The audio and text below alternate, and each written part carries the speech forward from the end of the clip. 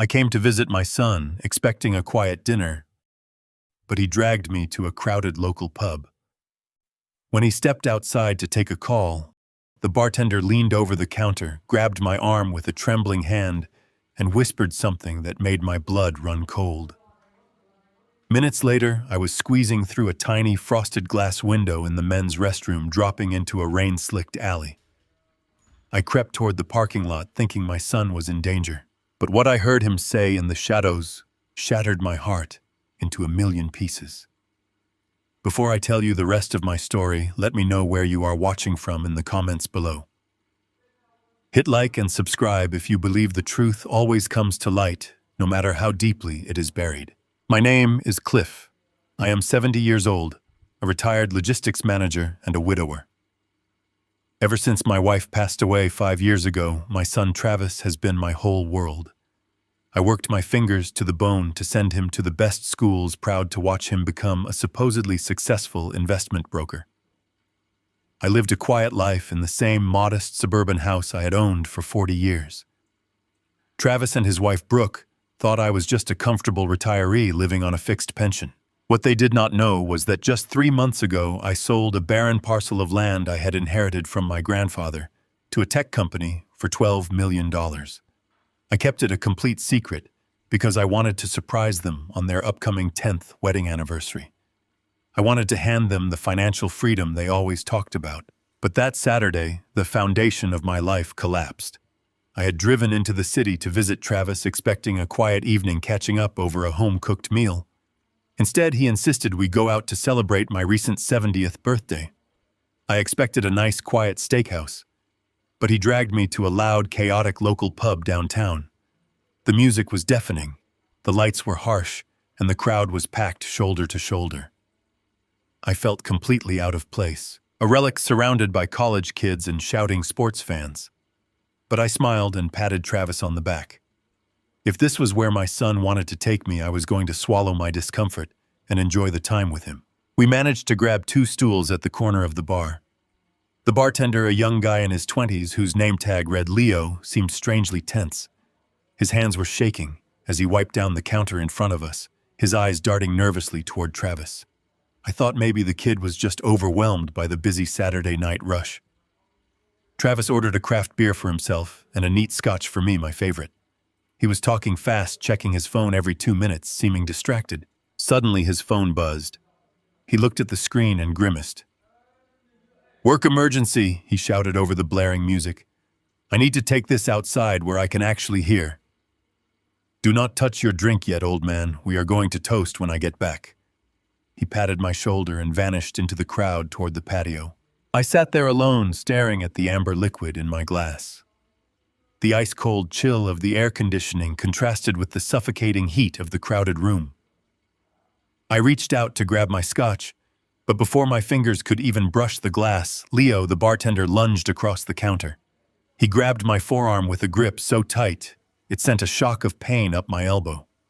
He threw a damp cocktail napkin directly over my glass, covering it completely. I looked up, startled, ready to reprimand him, but the look in his eyes stopped me dead. He was terrified. He leaned in close, his face inches from mine, and whispered directly into my ear. "Do not drink that. Your son paid me $100 to put drops from a vial into your scotch while he was standing here. I pretended to do it, but I did not. He is coming back. You need to run."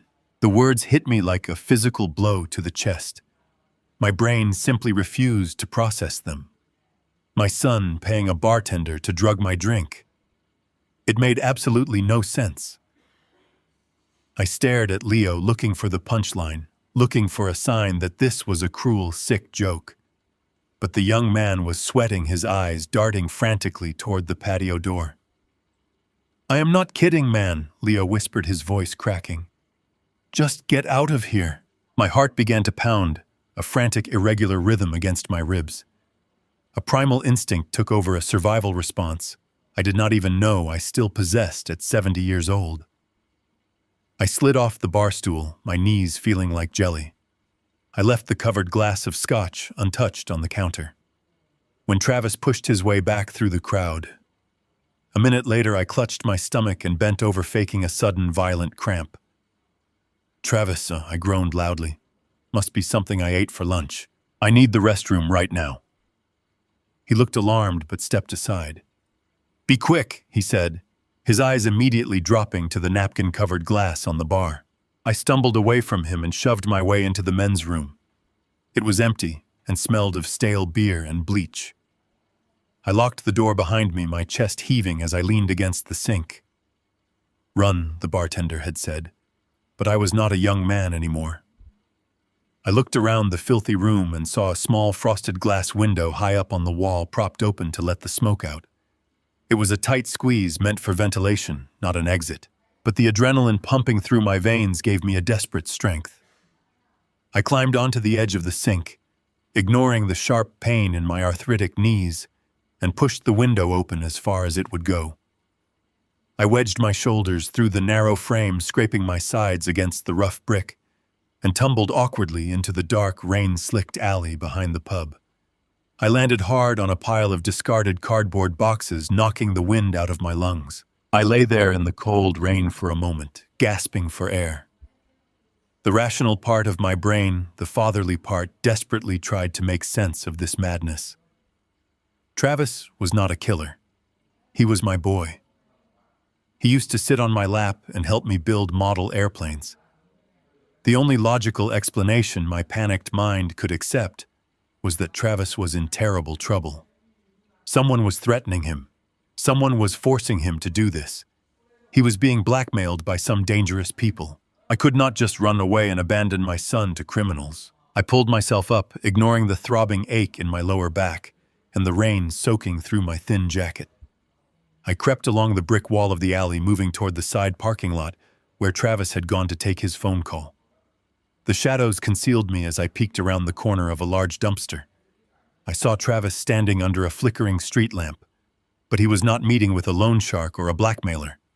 He was standing there with his wife, my daughter-in-law, Brooke. She had her designer trench coat pulled tight against the rain, her face illuminated by the harsh glow of the street lamp. She did not look threatened. She looked impatient. I held my breath, pressing my back against the damp brick wall, close enough to hear their voices over the steady hum of the rain. Travis reached into his pocket and pulled out a small dark glass vial. It was completely empty. He handed it to Brooke. She took it, inspecting it carefully before slipping it into her expensive handbag. He drank it. Travis said, his voice calm, cold, and entirely devoid of emotion. I watched him take a sip. Give it a week, and his kidneys will fail. The doctor will just write it off as complications from old age. The house and the trust will default to us before he even realizes he is sick. Brooke let out a long sigh, a sound of profound relief. Thank God, she murmured, running a hand through her wet hair. I could not pretend to tolerate that old man for another year. We just need to hold on until the poison does its job. The words pierced through the night air and buried themselves directly into my soul. They were not being blackmailed. They were not under duress. My own flesh and blood, the son I had sacrificed everything for, was calmly orchestrating my agonizing death in a pub parking lot, all for a modest suburban house and a pension he thought was all I had left in the world. I stood frozen in the rain, feeling a coldness wash over me that had nothing to do with the weather. The father who walked into that pub an hour ago died right there in the shadows of that alley. And as I watched my son and his wife walk back toward the entrance to play the role of a grieving family, a new man was born in the dark. A man who was about to show them exactly what happens when you try to bury someone who is already 10 steps ahead. The cold rain soaked through my thin jacket, but I barely felt it. I was frozen in the shadows of that filthy alley, with my back pressed against the rough brick wall. My lungs burned with every shallow breath I took. Just moments ago, I believed my son was in danger. Now I understood the only person marked for death was me. As I stood there listening to the steady rhythm of the rain hitting the pavement, a wave of sickening clarity washed over my mind. For the past 3 months, my body had been failing me. It started as a subtle exhaustion, a heavy weariness that made getting out of bed feel like a monumental task. I blamed it on my age. I told myself that turning 70 simply came with a physical toll. Then the lower back pain started. It was a deep, persistent ache right above my hips, a pain that radiated through my sides and kept me awake at night. I remember sitting in my armchair, massaging my back, feeling useless and fragile. I had even apologized to Travis the last time he visited, because I was too tired to walk around the golf course with him. I thought my body was naturally shutting down. I thought time was finally catching up to me, but it was not time. It was them. My mind rushed back to a bright Sunday morning 3 months ago. Brooke had shown up at my front door, holding a beautifully wrapped package. She had that perfect, caring smile on her face. She told me she had found a specialized holistic doctor in the city and had a custom blend of organic supplements made just for me. She said I needed to protect my health so I could be around for a long time. I remember feeling a lump in my throat that day. I felt so incredibly lucky to have a daughter-in-law who cared so deeply about my well-being. From that day on, a pristine package of those expensive-looking blue capsules arrived in my mail every single month. I took 2 every morning with my coffee. I swallowed them faithfully because I trusted the woman my son married. The realization that those pills were slowly destroying my kidneys made my stomach churn. Every time Brooke called to ask how I was feeling, her voice dripping with fake concern, she was not checking on my health. She was checking the progress of her poison. Every time I admitted I was feeling a bit more tired or that my back was aching more than usual, they were likely celebrating. They were tracking my decline like a project timeline. They watched me slowly wither away, smiling to my face while they waited for my organs to completely shut down. I closed my eyes and let the rain wash over my face, mingling with the tears I refused to let fall. I had spent 40 years building a life for my boy. I worked late shifts at the logistics firm, missed holidays, and saved every penny so Travis would never know the struggle of poverty. I paid for his expensive college, his wedding, the down payment on his first home. I gave him my entire heart, and his response was to stand in a pub parking lot and calmly discuss how long it would take for my kidneys to fail. I opened my eyes and looked past the edge of the dumpster. Travis and Brooke were still standing under the flickering street lamp. Brooke was no longer looking at the empty glass vial. She had pulled out her smartphone. The harsh blue light from the screen illuminated her face, highlighting the tight, angry lines around her mouth. She was swiping furiously through what looked like a banking application. "This is not moving fast enough," Brooke snapped, her voice cutting through the sound of the falling rain. I checked the offshore accounts again. We are completely tapped out. Travis, if he does not go down this week, we are finished. You told me those drops would accelerate the process. Travis ran a hand over his face, looking around the empty parking lot, as if he expected someone to be watching them. "I gave the bartender $100, Travis whispered back defensively. He put the entire dose in the scotch. The old man is drinking it right now.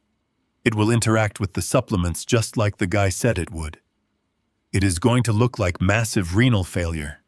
We just have to be patient." Patient, Brooke hissed, stepping closer to him. Her designer shoes splashed in a shallow puddle. "We do not have time to be patient. The deadline is in 6 days. If those funds are not replaced by Friday, the federal auditors are going to freeze everything. We will be indicted. Do you understand that we will go to federal prison? We need his house and his accounts liquidated before the end of the month. He is taking too long to die." I held my breath, pressing myself harder against the wet brick. A deadline. Federal auditors. The puzzle pieces were violently slamming into place. My son was not the brilliant, wealthy investment broker he pretended to be to the neighborhood. He was drowning. He had committed some massive financial crime, and his only way out was over my dead body. They were not just greedy. They were desperate, backed into a corner of their own making. Brooke shoved her phone back into her expensive handbag and glared at Travis. "We are out of time," she said coldly. "I do not care how we do it anymore. If he survives the week, we move to the backup plan. I have everything ready." I watched from the shadows as she pulled a folded stack of thick paper from her coat pocket. Even from a distance, I recognized the heavy legal binding of a formal document. The rain did not seem to touch her as she tapped the papers against Travis's chest, her eyes wide with a terrifying manic determination. I watched the thick paper hit my son's chest. The rain was coming down harder now, washing over my face, but I did not dare wipe my eyes. I needed to see this. I needed to hear every single word of my own destruction. Brooke shoved the document closer to his face. She was trembling, but it was not from the cold. It was from pure, unadulterated panic. "We cannot wait for him to just quietly pass away in his sleep," she hissed. "Do you understand the magnitude of what you have done? You did not just borrow money from your firm, Travis. You stole $5 million from your clients. $5 million of retirement funds, college savings, and trust accounts. And you dumped it all into a fake offshore crypto exchange that disappeared overnight." I felt my knees buckle slightly. $5 million. I had to bite the inside of my cheek to keep from crying out. All those years, Travis had paraded around the neighborhood in tailored Italian suits and leased luxury sports cars. He had hosted backyard barbecues, boasting to the neighbors about his brilliant market strategies and his untouchable portfolio. I used to sit on my porch, beaming with pride, telling anyone who would listen that my boy had made it. My boy was a self-made millionaire. But it was all a mirage. The designer clothes, the expensive dinners, the country club memberships. It was all paid for with stolen money. My son was not a financial genius. He was a common thief playing a high-stakes game of dress-up. Travis grabbed Brooke by the wrist, pulling her under the deeper shadow of the street lamp. "Keep your voice down," he snapped, looking around frantically. "You think I do not know what is at stake? I am the one getting the emails from the compliance officers. My clients are demanding their quarterly payouts. The firm is already conducting an internal audit. If I do not wire that money back into their holding accounts by the final Friday of this month, the compliance team is turning everything over to the feds. The Securities and Exchange Commission is already circling. I will be indicted for wire fraud and embezzlement." He ran his hands through his soaking wet hair, his polished demeanor completely dissolving into the pathetic posture of a desperate cornered animal. "If I go down, Brooke, you go down with me. You signed the tax returns. You helped me move the funds through those shell companies. We are both looking at 20 years in a federal penitentiary." Brooke yanked her arm out of his grasp. "That is exactly why we need to execute the conservatorship now," she shot back. "Your father has an $800,000 house that is fully paid off. He has a pension fund and a savings account that we can drain.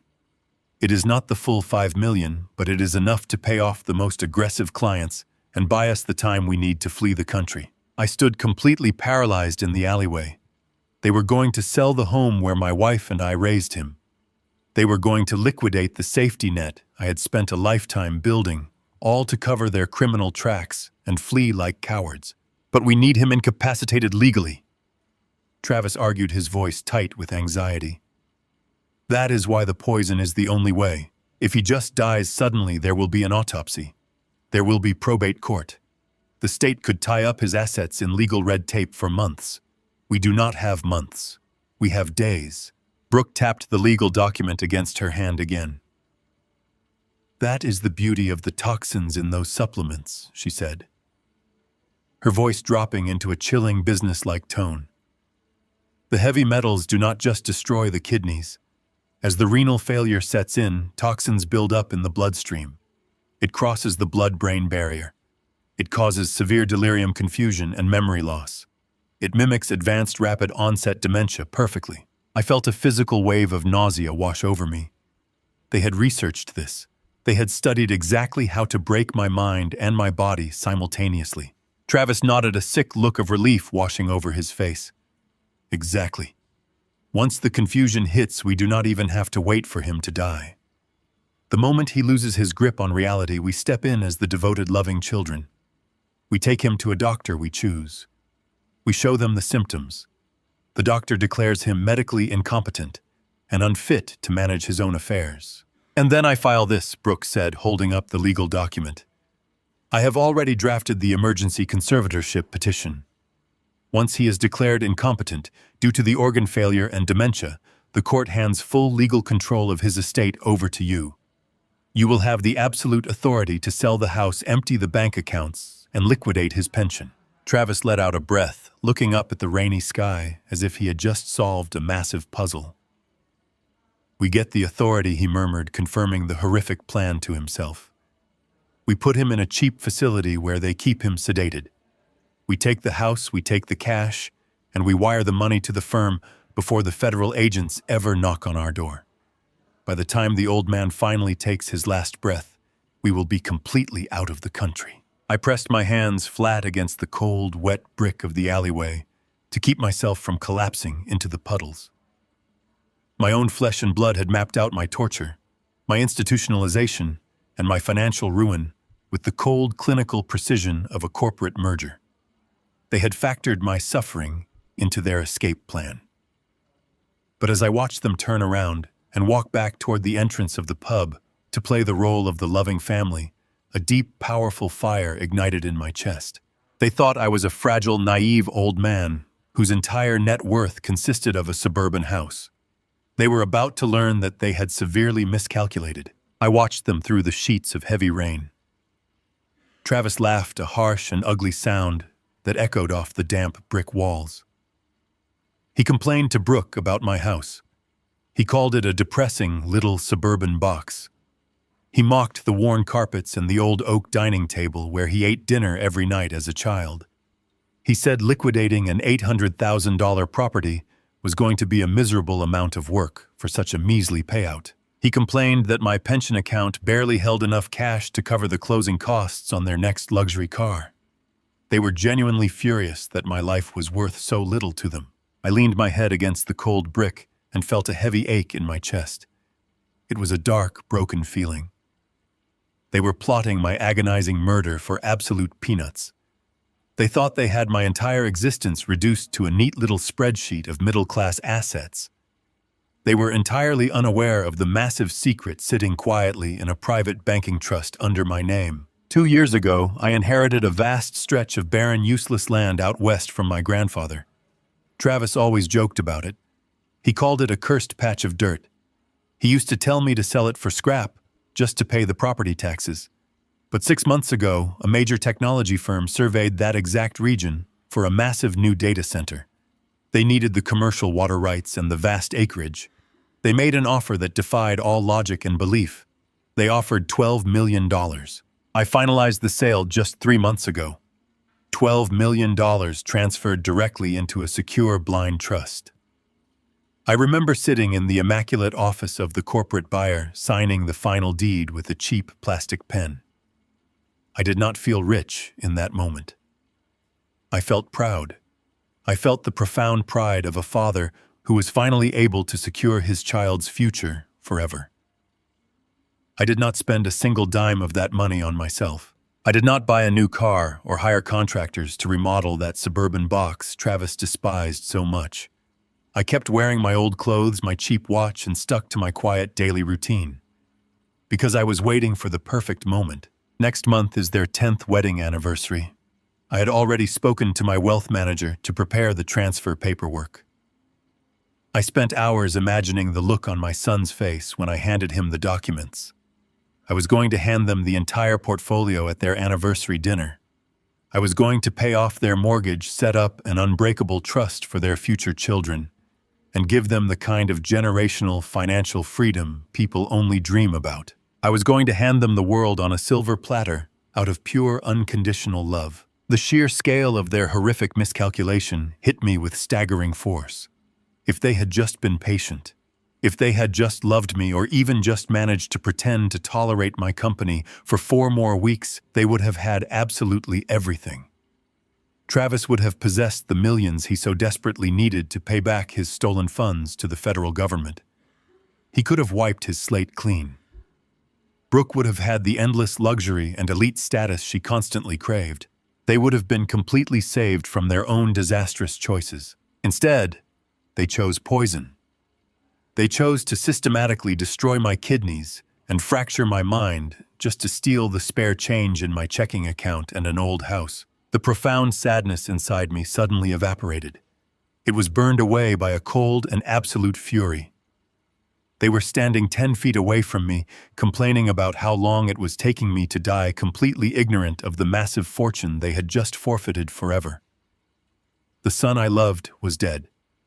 The man standing in the parking lot was a parasite, and the woman beside him was a monster. Brooke adjusted her designer coat and reached deep into her expensive handbag. She pulled out a fresh stack of crisp white papers, shielding them from the pouring rain with her body. She smiled at Travis, a cruel and triumphant grin that contorted her features. She told him the emergency conservatorship petition was completely finished. Travis looked nervous and asked how she planned to get the required signatures verified if I was already incapacitated in a hospital bed. Brooke patted her bag and proudly announced that she had already forged my signature on the medical power of attorney. She patted her coat pocket and boasted that she had brought the official notary stamp right out of her corporate office. She smiled and told my son she could validate our stolen future right there in the parking lot. Brooke held the document under the weak yellow glow of the street lamp.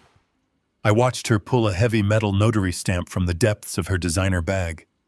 She pressed it down onto the bottom of the page with a loud and final thud. That sound echoed in the empty parking lot, like a judge striking a wooden gavel. She looked up at my son with a cruel and satisfied smile and told him the paperwork was flawless. She boasted about how incredibly easy it had been to trace my signature from the old holiday cards I used to send them every winter. She had forged my name perfectly legally, signing away my medical autonomy in the pouring rain. She explained the final phase of their timeline with the chilling efficiency of a corporate assassin. If the poison did not finish me off by the end of the week, the heavy metals would have deteriorated my brain enough to make me sound completely insane. At that exact moment, they would execute the medical power of attorney. She leaned in close to Travis and whispered the name of the facility they had chosen. Oak Haven. The mere name sent a fresh wave of absolute horror coursing through my veins. Everyone in the county knew about Oak Haven. It was a bleak and imposing cinder-block fortress hidden away on the desolate edge of the city line. It was not a place where people went to heal or recover. It was a place where unwanted relatives were sent to be permanently forgotten. It was a dumping ground for the inconvenient. Brooke told Travis that she had already spoken to the intake director at their locked psychiatric ward. She assured my son that Oak Haven was notorious for aggressively looking the other way. They never asked difficult questions. They never scrutinized a patient whose cognitive decline happened overnight. As long as the hefty monthly fees cleared the bank on time, the facility would lock the heavy doors and throw away the key. Once I was strapped to a bed in that psych ward, delirious from the toxins actively destroying my organs, no doctor would believe a single word I said. If I tried to tell the nurses that my own son was poisoning me, they would simply increase my sedatives. They would write my desperate pleas off as paranoid dementia.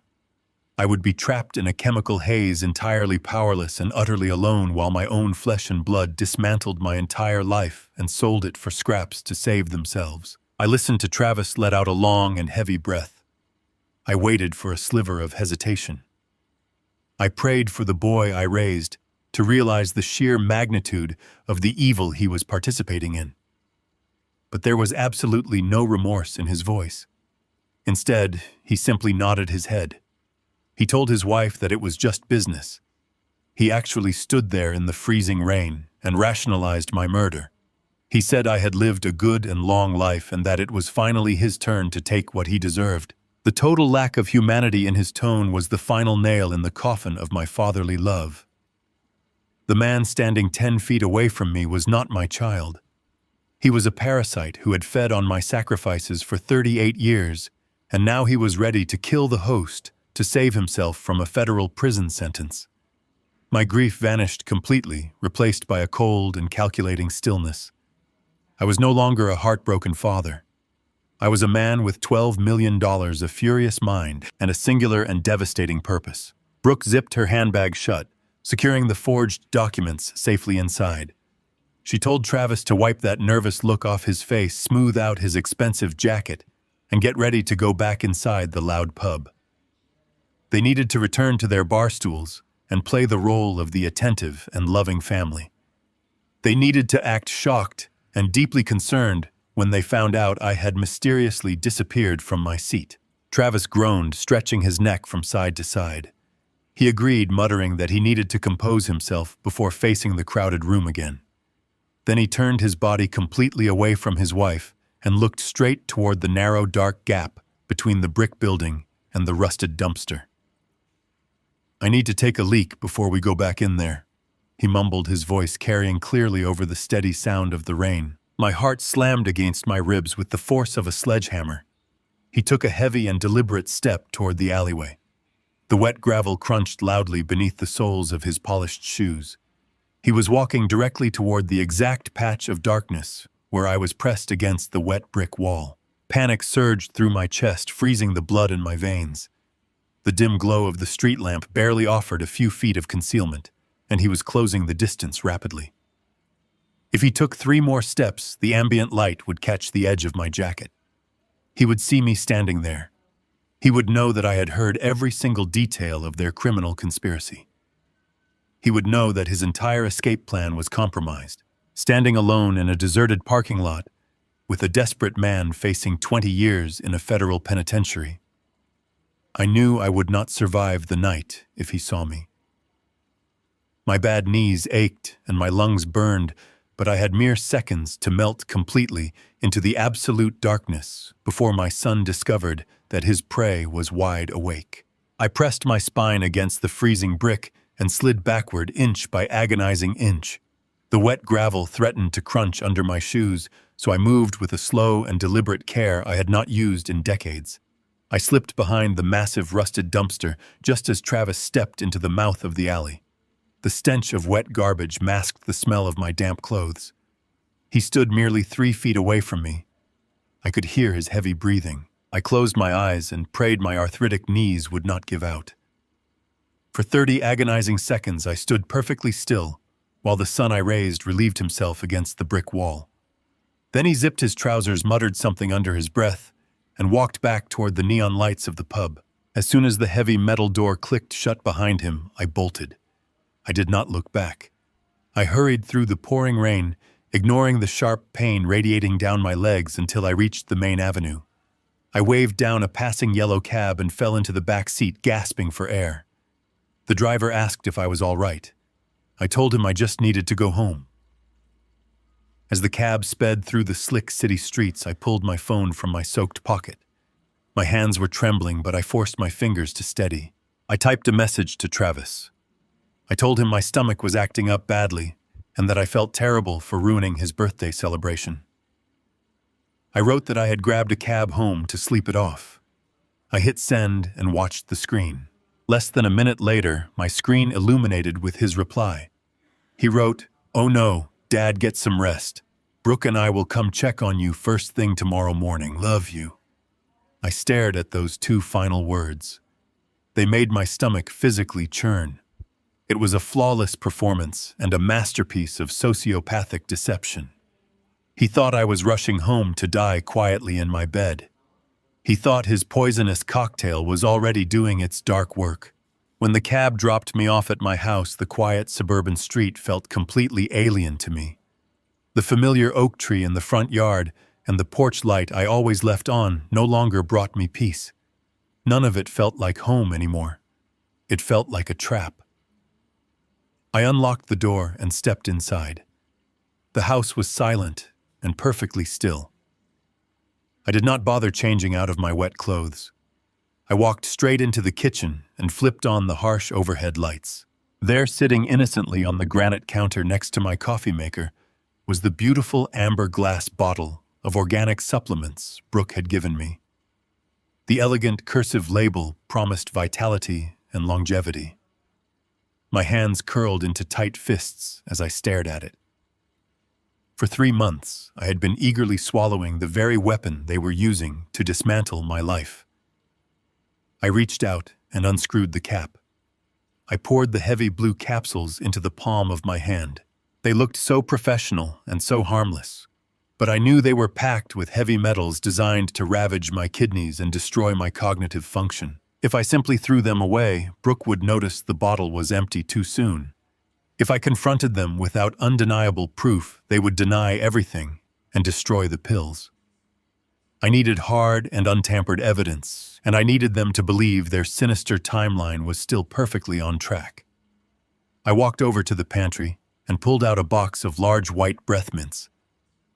Sitting at the kitchen island, I methodically pulled apart the two halves of every single blue capsule. I dumped the toxic gray powder into a clear plastic bag, sealing it tight.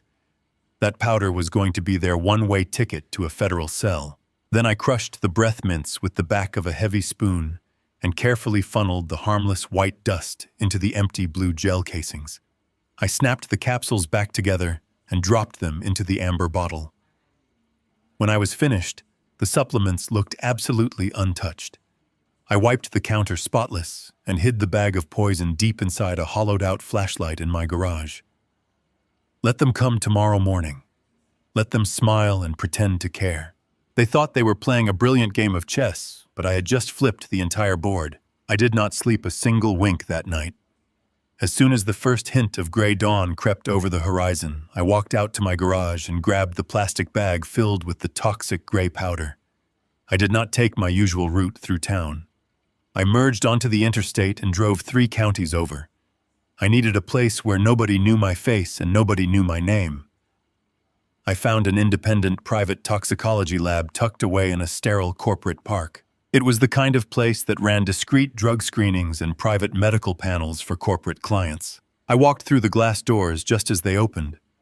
The waiting room smelled of strong bleach and stale coffee. A young technician with wire-rimmed glasses was sitting behind the reception desk, sorting through a stack of clipboards. I stepped up to the counter and placed the clear plastic bag on the dull laminate surface. I told him I needed a complete chemical analysis of the powder immediately. I explained that I suspected it was toxic, and I did not have days to wait for an answer. The technician looked at the bag and then looked at me with a polite but dismissive expression. He started explaining their standard processing times and told me a full breakdown would take at least a week to process through their system. I reached into my coat pocket and pulled out a thick stack of crisp $100 bills. I slid 10 of them across the counter. I told him I was paying in cash to keep my name completely out of their digital database, and I was paying a premium to guarantee those results were in my hands before noon. The young man looked at the cash, then back at my face.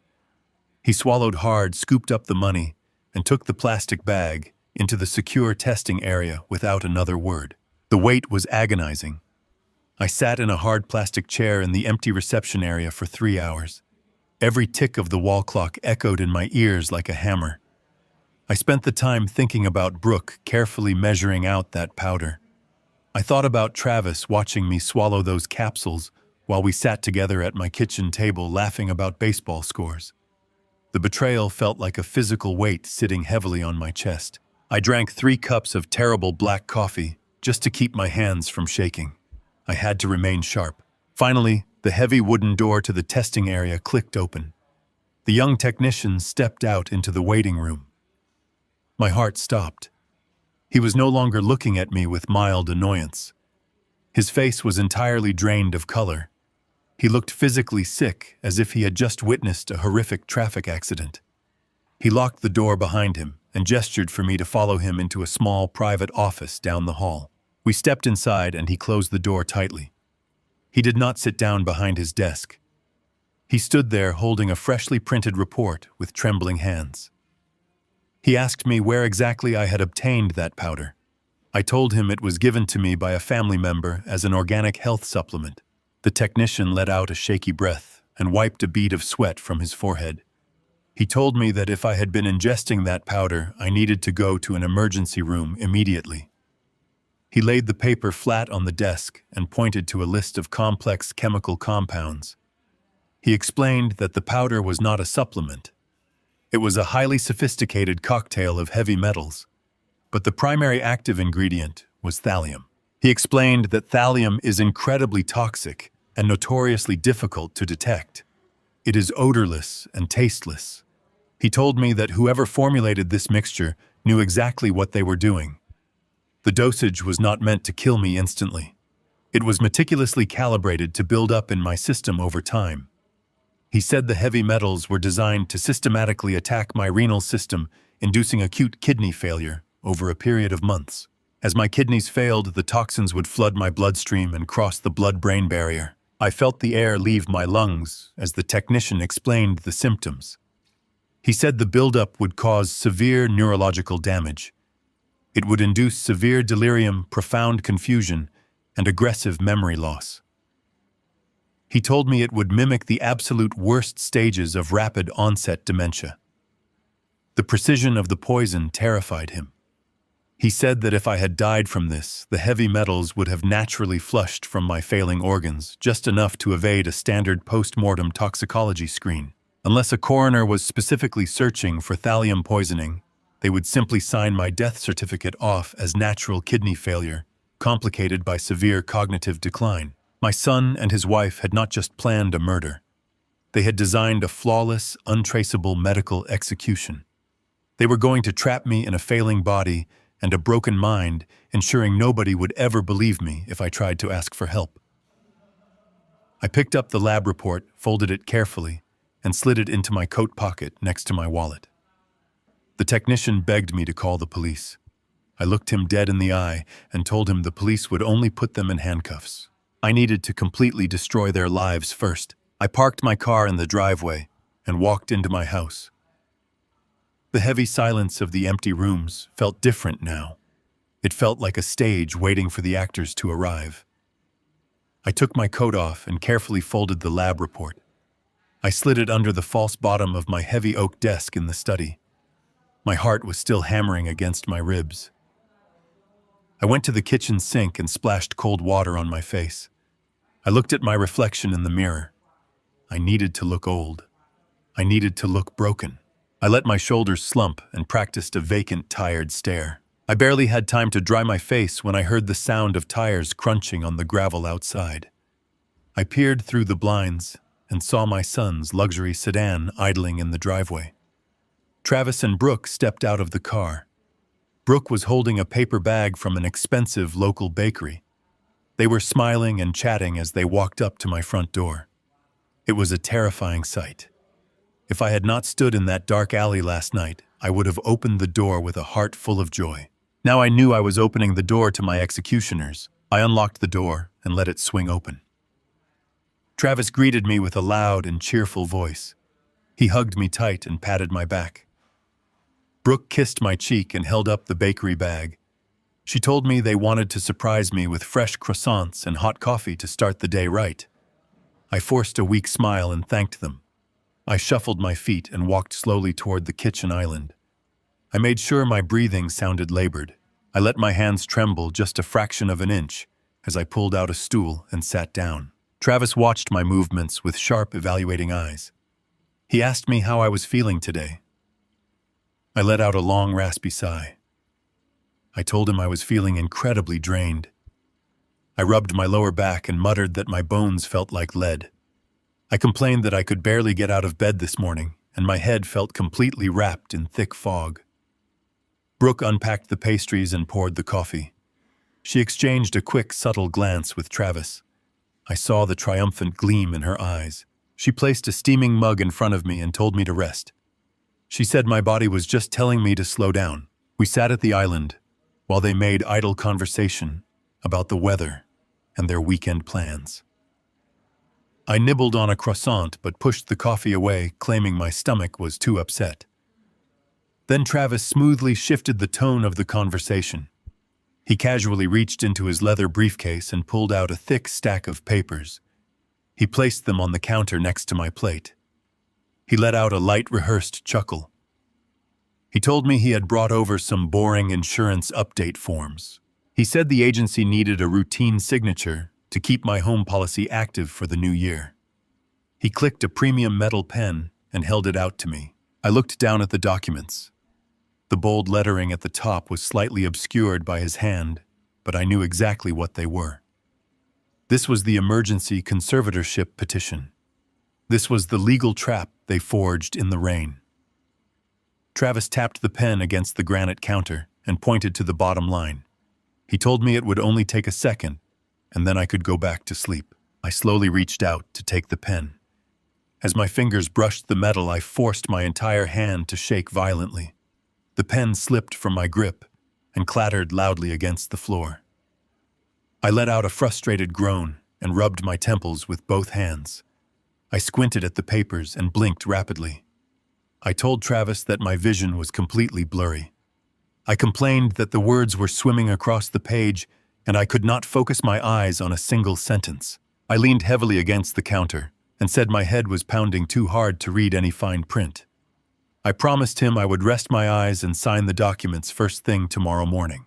I saw the muscles in my son's jaw tighten. His polished facade cracked for a fraction of a second. He was desperate to get that signature. He reached down to pick up the pen and tried to push the paper closer to my hands. He insisted that I did not need to read it. He promised me he had already reviewed every page and it was perfectly safe to just sign the bottom line. Brooke placed a hand on his shoulder. She could see I was playing the part of a stubborn, confused old man perfectly. She knew pushing me too hard right now might ruin their loving family illusion. She gave Travis a sharp, meaningful look. She turned to me with her sweet, venomous voice and told me not to worry about it today. She said my health was the most important thing, and the insurance paperwork could definitely wait one more day. She told me to go lie down and let the organic supplements do their healing work. Travis swallowed his frustration and packed the forged documents back into his briefcase. He put on his fake smile and told me to get plenty of sleep. They walked toward the front hallway, while I remained seated at the kitchen island, playing the role of the exhausted victim. I watched them as they moved toward the front door. Travis stepped outside to unlock the car. Brooke lingered in the hallway for a moment. She looked around the empty space to make sure I was still sitting motionless in the kitchen. Then she reached her arm up toward the ceiling. She adjusted the plastic circular casing of the smoke detector mounted above the entryway. She gave it a precise, calculated twist before walking out and closing the front door behind her. I sat perfectly still in the quiet kitchen. The realization washed over me like ice water. The smoke detector had been installed last month by Travis. He claimed he wanted to upgrade my home safety system. I stared at the small plastic device on the ceiling. It was not a fire alarm. It was a hidden camera. They were broadcasting a live feed of my living space directly to their phones. They were treating my house like a sick ward, watching my every move to verify that their poison was destroying my body and my mind. They wanted to witness my collapse in real time. I did not panic. I did not look directly at the lens. I simply lowered my head and let out a quiet, ragged breath, maintaining the illusion of a broken, dying man. If they wanted a performance, I was going to give them a masterpiece. I knew I could not just disinherit them now. A simple change of a will would not stop people willing to commit murder on a live feed. I had to orchestrate their absolute destruction. I waited until I was absolutely certain I was in the blind spot of the hallway camera. Then I pulled a prepaid burner phone from my pocket and prepared to make the most important phone call of my life. The front door clicked shut. The lock engaged. I was finally alone in the silent house, but the overwhelming feeling of being watched crawled across my skin like 1,000 insects. I kept my head bowed and my shoulders slumped, leaning heavily against the kitchen island. I did not dare look directly up at the ceiling. I knew exactly where the new smoke detector was positioned in the main hallway. Travis had insisted on installing it right in the center of the archway, where it had a completely unobstructed view of the living room, the front door, and the kitchen. I needed to verify my terrifying suspicion without letting them know the old man was onto them. I let out a loud, raspy cough that echoed in the quiet house. I slowly dragged my feet across the hardwood floor, shuffling toward the hallway like a man whose body was shutting down. As I passed beneath the plastic device, I deliberately knocked my elbow against the hallway console table, sending a stack of mail scattering across the floor. I let out a frustrated groan and slowly dropped to my knees to pick up the envelopes. While I was kneeling on the floor, I tilted my head back just a fraction of an inch, pretending to stretch my aching neck. My eyes locked onto the white plastic casing of the smoke detector above me. Right next to the tiny perforated vents, there was a pinhole. It was completely black and practically invisible to the naked eye unless you knew exactly what you were looking for. Deep inside that tiny dark circle, I caught the faint, unmistakable glint of a glass lens. A cold knot formed in the pit of my stomach. It was a high-definition micro camera. They were not just waiting for me to die. They were actively broadcasting my suffering directly to their smartphones. I imagined Travis and Brooke sitting in their car or lounging in their luxury apartment, watching me struggle to pick up envelopes from the floor. I imagined them smiling every time I coughed or stumbled. They were treating my slow, agonizing murder like a daytime television show. They were monitoring their investment, making sure the poison was doing its job on schedule. I gathered the mail with trembling hands and forced myself to stand up, using the wall for support. I continued my pathetic shuffle into the living room, keeping my face buried in my hands. The violation of my home, of my personal sanctuary, was absolute. Every memory I had in this house felt permanently stained by their greedy, watching eyes. But the horror quickly gave way to a cold and calculating realization. Simply cutting Travis out of my will was not going to be enough. If I just called my lawyer and disinherited him the moment they found out, they would become desperate. A desperate man facing federal prison and a ruthless woman who was already willing to poison my coffee would not just walk away empty-handed. If the poison failed, they would resort to violence. They would break into my house in the middle of the night or run me off the road. They would never stop coming for my estate because their own survival depended on my death. I could not just protect myself. I had to obliterate them. I had to build a trap so tight and so devastating that they would never see the sunlight as free citizens again. I mapped out the camera angles in my head. The device in the hallway covered the main living areas, but it could not see through solid walls. I needed a blind spot. I dragged my feet toward the guest bathroom down the hall, keeping my posture hunched and my breathing heavy. I stepped inside the small tiled room and closed the heavy wooden door behind me. I turned on the exhaust fan to muffle any sound and turned on the faucet, letting the cold water run into the sink. As soon as the water started running, the hunched, exhausted old man vanished. I stood up perfectly straight. I reached deep into the pocket of my trousers and pulled out the prepaid burner phone I had purchased in cash during my escape the previous morning. I dialed a number I knew by heart. It belonged to Wallace Thorne. Wallace was 60 years old, and he was the most ruthless corporate trust attorney in the state.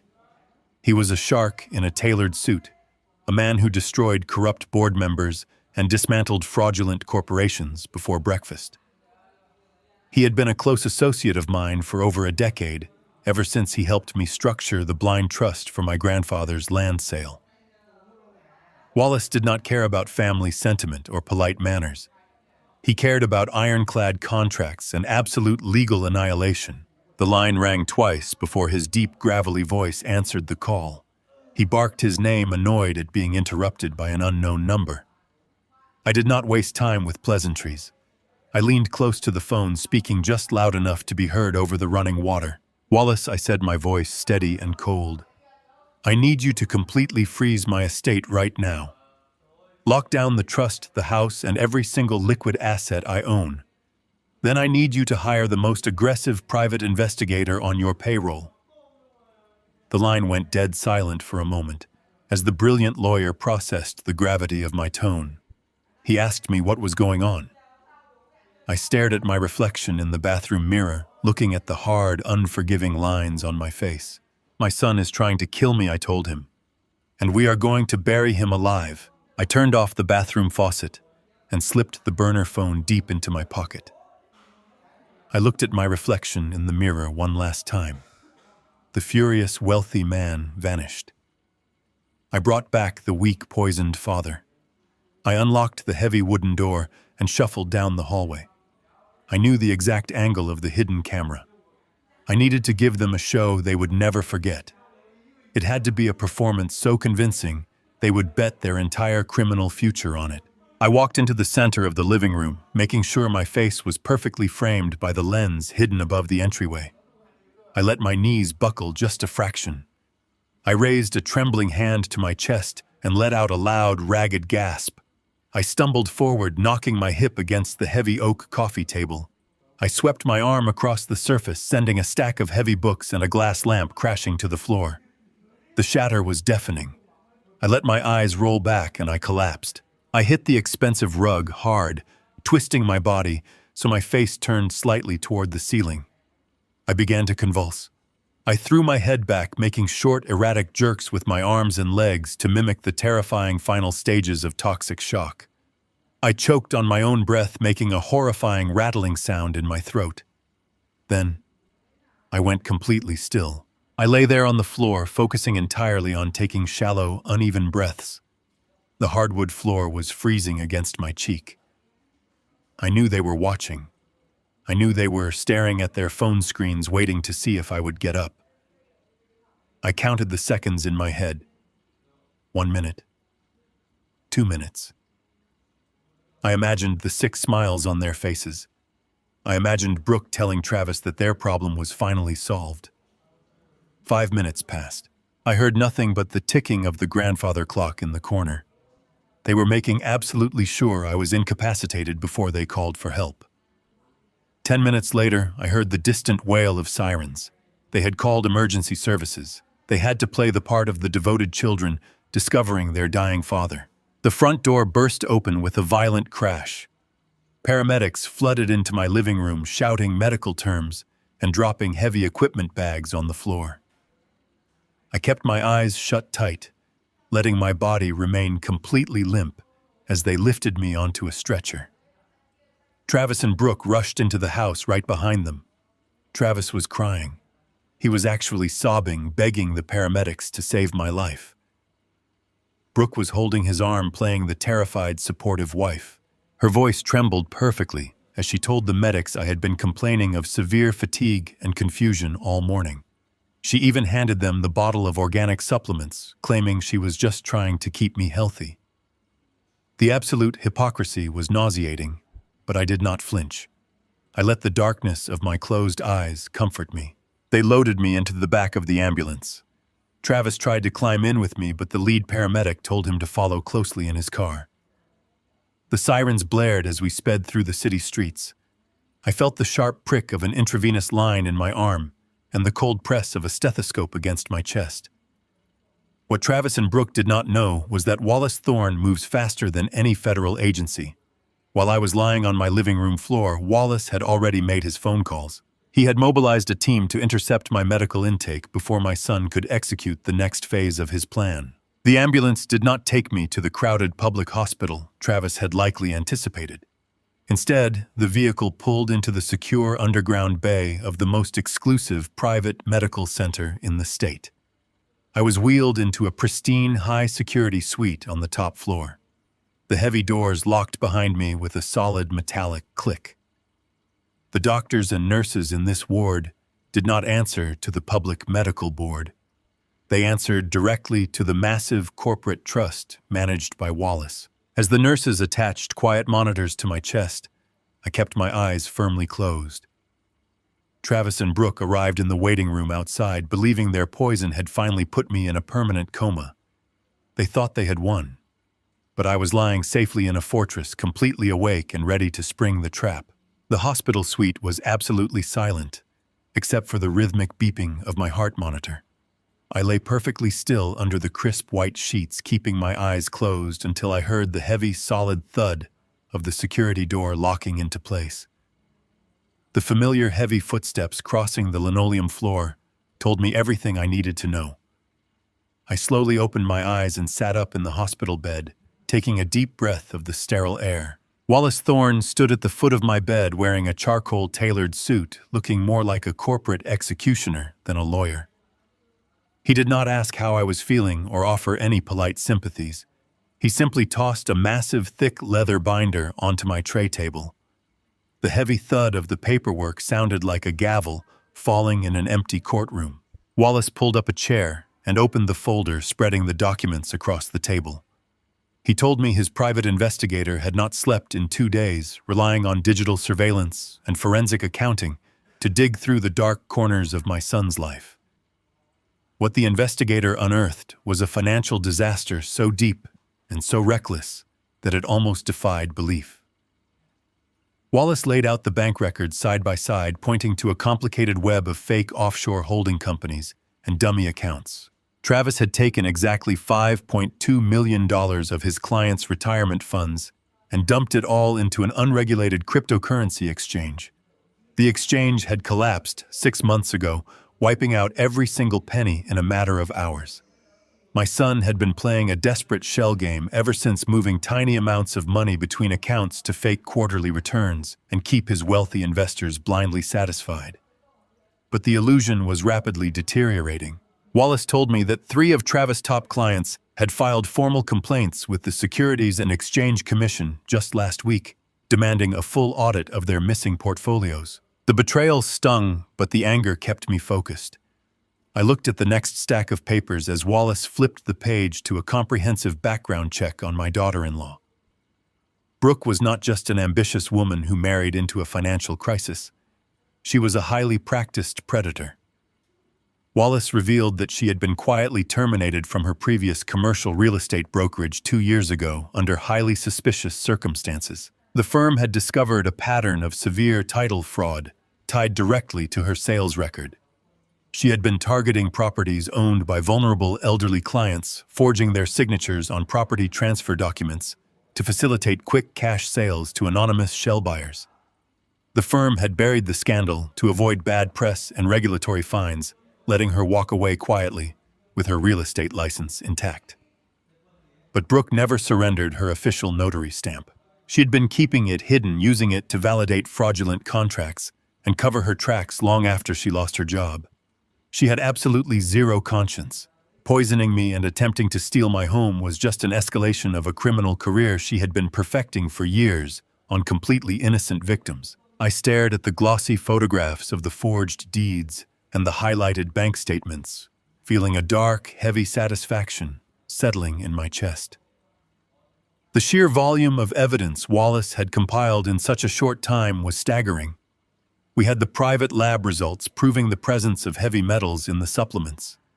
We had the hidden camera footage from my living room, showing them watching me collapse without offering any real medical assistance. And now we had a bulletproof paper trail of wire fraud, embezzlement, and serial real estate forgery. Wallace looked at me with a cold, calculating stare. He told me that we had enough evidence right here in this binder to put them both in a federal penitentiary for the rest of their natural lives. We did not just have a legal case. We had an absolute slaughter prepared for them. I leaned back against the pillows, feeling the tension finally start to leave my shoulders. I told Wallace to send the files to the federal authorities immediately so we could end this nightmare and let the justice system tear them apart. But Wallace raised his hand and stopped me. His sharp eyes narrowed, and his tone shifted from triumphant to deadly serious. He leaned close to my bed and lowered his voice, warning me that we had a massive problem with the timeline. The private investigator had just intercepted a series of encrypted text messages from Travis' phone, indicating a massive flight risk. My son had emptied the last of his personal savings to book 2 seats on a private charter plane scheduled to leave the country tomorrow night. Travis had arranged a secret meeting with a notorious offshore financial fixer tomorrow afternoon to finalize the rapid liquidation of his remaining hidden assets and establish untraceable accounts in a country with no extradition treaty. Wallace stared at me grimly. He told me that if we wait for the slow federal bureaucracy to process these files, my son and his wife will board that plane and disappear into the wind forever.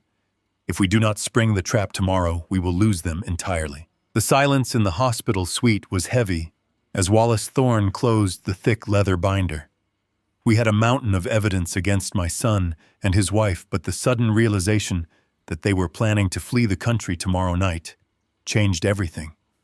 We could not wait for the slow gears of the federal justice system to process the embezzlement files. If Travis boarded that private charter plane, he would disappear into a jurisdiction that would never send him back. We had to force him to commit a massive, undeniable crime right here in this building before the sun went down. Wallace stood up and paced the length of the room. He was a man who spent his entire career anticipating the moves of corporate criminals. He told me that you do not catch a desperate man by chasing him. You catch him by putting a wall in front of his only exit and forcing him to jump straight into your net. We needed to create a panic so intense that Travis and Brooke would abandon all caution. They needed to believe their stolen escape funds were about to evaporate. Wallace pulled a Sleek tablet from his briefcase and began typing rapidly. He explained his strategy with a cold, surgical precision. He was fabricating a highly sensitive financial portfolio under my name. It was a digital paper trail showing that I was in the final stages of restructuring my entire estate. The documents indicated that my house, my pension, and my savings were being bundled into an irrevocable charitable trust. It was the kind of legal fortress that no family member could ever breach. And the most important detail was the deadline. Wallace embedded a clause stating that the asset transfer would enter a mandatory escrow lock in exactly 48 hours. Once that countdown hit zero, the money would be gone forever. But creating the fake portfolio was only the first step. We needed Travis to see it. We needed him to believe it was real. Wallace smiled a dark, predatory smile. He told me he had an old contact working in the compliance department at my son's brokerage firm. It was a man notorious for listening to private phone calls and spreading office gossip. Wallace dialed the number right there in my hospital room, putting the call on speaker so I could hear. When the compliance officer answered, Wallace immediately launched into the performance of a lifetime. He used his most intimidating lawyer voice, demanding to know why certain tax forms had not been released for my accounts. He complained loudly that his client, Cliff Barton, was transferring his entire net worth into a philanthropic escrow and that the final lockdown was happening in less than 2 days. He made it sound like an administrative nightmare, dropping massive financial figures and threatening legal action if the transfer was delayed.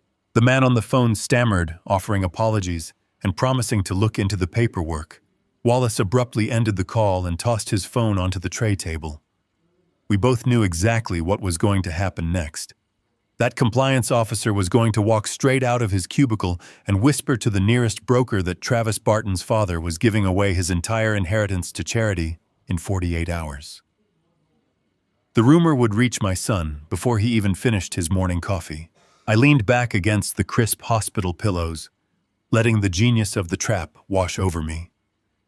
I knew my son's greed better than anyone. Travis was already a cornered animal, terrified of the federal auditors breathing down his neck. He needed my house and my savings to pay off his most aggressive clients and buy his way onto that private jet. This fake escrow would be the killing blow to his sanity. He and Brooke could no longer afford to wait a week for their heavy metal poison to finish destroying my kidneys. They could not even wait 3 days. If that fake escrow locked, their entire escape plan would vanish into thin air. They would be left completely bankrupt and facing decades in prison. To break a legal escrow, they needed absolute authority over my life. They needed to prove to a medical professional that I was completely incompetent right now today so they could legally override my financial directives. That meant they could not wait to quietly file their paperwork. They had to use the forged medical power of attorney immediately. They had to physically walk into this hospital, present a document bearing my fake signature and Brooke's fraudulent notary stamp, and submit it to the attending physician. That act alone would constitute a massive, undeniable federal crime. Submitting a forged legal document to seize a patient's medical and financial autonomy carries severe mandatory prison sentences. There is absolutely no backing out once you hand a fake power of attorney to a doctor. It was the perfect crime to trap them with, because it required them to willingly hand us their own confession. We sat in the quiet suite waiting for the trap to spring. The digital clock on the wall hummed softly, marking the passing minutes. A small part of me, the broken father who still remembered building model airplanes with a little boy, wondered if Travis would actually do it. I wondered if he would hesitate before walking into a hospital to legally erase my existence. Then Wallace's phone vibrated against the metal table. The sharp buzzing sound made my heart jump. Wallace picked up the device and read the bright screen.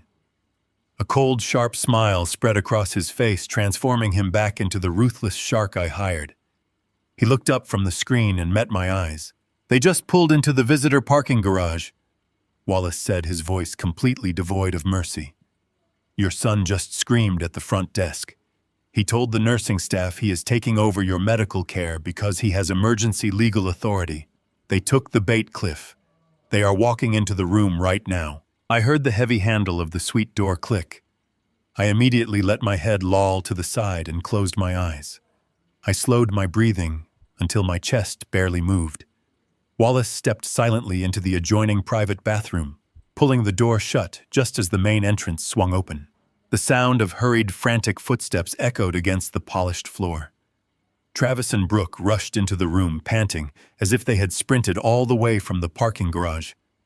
I kept my face perfectly slack, playing the role of a dying man trapped in a chemical coma. Travis walked right up to the edge of my bed. I could feel his shadow falling over my face. He leaned in close. His expensive cologne filled my nose. He whispered my name. He asked if I could hear him. I did not twitch a single muscle. I did not flutter an eyelid. He let out a sharp breath. "He is totally out," Brooke Travis said. His voice was no longer filled with the fake panic he used for the nurses at the front desk. It was flat and callous. Brooke stepped closer, her high heels clicking sharply against the floor.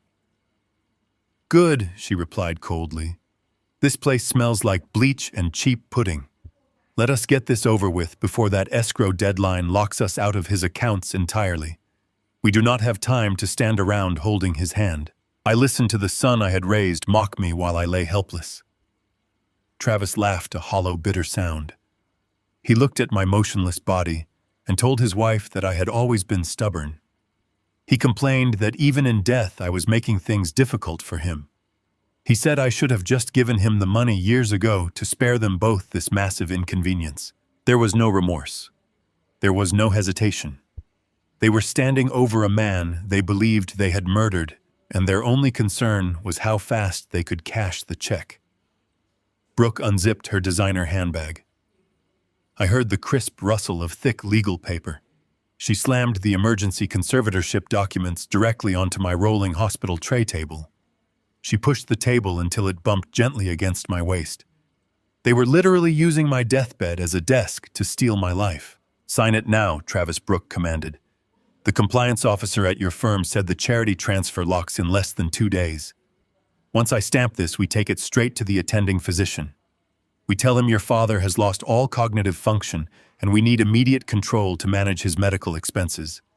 Then we take this to the bank and wire the entire balance to the offshore account." I heard the click of a premium metal pen. Travis hesitated for a mere second. He muttered that if the doctors asked questions, they needed to stick to the exact same story. Brooke told him to stop being a coward. She said nobody questions a grieving son making tough medical choices for a dying father. I listened to the scratch of the pen against the paper. Travis signed his name on the fraudulent medical power of attorney. He legally swore that I was incapacitated, and he was claiming absolute authority over my physical body and my financial estate. Then came the sound I had been waiting for.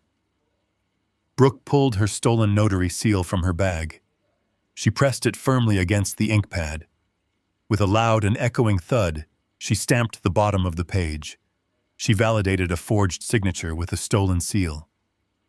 "It is done," Brooke said, her voice trembling with dark excitement. "We have the house. We have the accounts. We are saved, Travis." Travis let out a massive sigh of relief. He told her to put the papers back in her bag. He said they needed to go find the head doctor and put on the performance of a lifetime. He leaned over my bed one last time. He did not kiss my forehead. He did not say goodbye. He simply told me that it was just business. They turned around and walked out of the room. The heavy security door clicked shut behind them, locking them out in the hallway. I opened my eyes and sat straight up in the bed. The door to the private bathroom swung open, and Wallace Thorne stepped out into the room. He was holding a small electronic remote in his hand. He pressed a button, and a tiny green light blinked off on the digital clock mounted on the wall. Another green light blinked off inside the fake smoke detector above the door. Wallace walked over to my bed with a cold, terrifying smile on his face. He told me that my son and his wife were completely arrogant. They had been so focused on beating the fake escrow deadline that they never bothered to look around the room. They walked right out of the suite, believing they had executed the perfect crime. They had absolutely no idea that Wallace had wired the entire hospital room with federal-grade hidden recording equipment. We had flawless, high-definition video and crystal-clear audio of Travis signing a fraudulent legal document and Brooke using a stolen notary stamp right over my bed. They had bypassed the slow federal investigations and handed the authorities a signed and sealed confession on a silver platter. Wallace put his remote away and adjusted his suit jacket. He told me the FBI had already been notified. Now all we had to do was let Travis and Brooke host their lavish charity gala tomorrow night. We were going to let them put on their expensive clothes and stand in front of their wealthy friends before we burned their entire world to the ground. The next evening, the Oak Ridge Country Club was bathed in the warm glow of crystal chandeliers. The sprawling ballroom was packed with the city's most elite residents. There were investment bankers, real estate developers, and socialites mingling over silver platters of champagne and caviar. My son and his wife had spared absolutely no expense. They had rented the Grand Hall, hired a 12-piece string orchestra, and commissioned massive floral arrangements of white lilies and orchids that filled the room with a sickeningly sweet perfume. A large, tasteful banner hung over the main stage reading, "The Barton Foundation for Elder Care." It was a masterpiece of social manipulation. Travis and Brooke were hosting a lavish charity fundraiser, ostensibly to raise awareness for senior health issues in honor of my sudden and tragic decline. They were using this gala to cement their bulletproof public alibi. They wanted every important person in their social circle to see them as devoted, heartbroken children bravely facing an unimaginable family tragedy. What the wealthy guests did not know was that every single hors d'oeuvre, every bottle of vintage champagne, and the rental of the ballroom itself had been paid for using platinum credit cards that Brooke had opened under my name just weeks ago.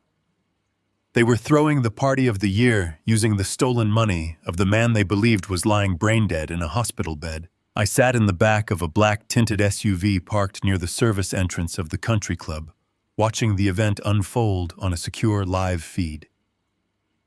Wallace Thorne had arranged for one of his private investigators to infiltrate the gala posing as a freelance event photographer. The investigator was wearing a hidden camera, allowing us to monitor the entire room in real time. Wallace sat next to me in the dark vehicle holding his tablet, his face illuminated by the harsh blue light of the screen. I watched through the digital feed as my son worked the room. Travis was wearing a bespoke black tuxedo, holding a glass of sparkling water, looking solemn but resilient. He moved from group to group, shaking hands and accepting heartfelt condolences. He told his wealthy clients how difficult the past 48 hours had been. He lied with a terrifying ease, describing how my kidneys had failed without warning and how the toxins had ravaged my mind. He played the part of the strong, suffering son perfectly, ensuring that his investors felt deep sympathy for him right before the federal compliance deadlines hit. Brooke was equally flawless in her performance. She wore an elegant, understated black gown, her makeup carefully done to make her look tired and emotionally drained. She was standing near the center ice sculpture, dabbing her eyes with a lace handkerchief as she spoke to the wives of the country club board members. I listened through the audio feed as she told them how hard she had tried to save me. She talked about the holistic doctors she had consulted and the organic supplements she had meticulously sourced to keep me healthy. She actually stood there and used the poison she had fed me as proof of her devotion. It was a level of sociopathy that made my stomach churn. The string orchestra finished a melancholy piece and the gentle hum of the crowd quieted down. The event coordinator tapped a microphone on the main stage, calling for the guests' attention. The room went silent as Travis stepped up to the podium. He adjusted the microphone, looking out over the sea of wealthy faces. He took a deep, shaky breath, perfectly simulating a man trying to hold back his tears. "Thank you all for being here tonight." Travis began, his voice echoing through the grand ballroom. "When Brooke and I planned this event months ago, we wanted it to be a celebration of life. We wanted to raise awareness for the vulnerable seniors in our community. But life has a way of changing your perspective in the blink of an eye." He paused, letting a heavy silence hang in the room. He looked down at the podium, gripping the edges with both hands. 2 days ago, my father Cliff suffered a massive and catastrophic medical event. His organs failed with a suddenness that stunned his medical team. The toxins have caused severe, irreversible damage to his cognitive function. He is currently in a deep coma, and the doctors have informed us that he will not wake up. A collective murmur of sympathy rippled through the audience. I watched several women cover their mouths in shock. Brooke stepped up to the stage and stood beside Travis, placing a supportive hand on his back. She looked down at the floor, her shoulders shaking, as if she were crying. We have spent the last 48 hours praying for a miracle. Travis continued, his voice cracking flawlessly. But today, Brooke and I had to make the most agonizing decision of our lives. We have signed the necessary medical directives. We have decided that we cannot let him suffer any longer. Tomorrow morning, we are going to remove my father from life support. The room erupted into quiet gasps. People were wiping tears from their eyes. They were completely mesmerized by his grief. Travis had just secured his alibi. He had just publicly announced my execution and received a room full of sympathy for it. He raised his head, looking out at his investors with a brave, tragic smile. My father was a simple man, Travis said. He did not have much in this world, but he had a big heart.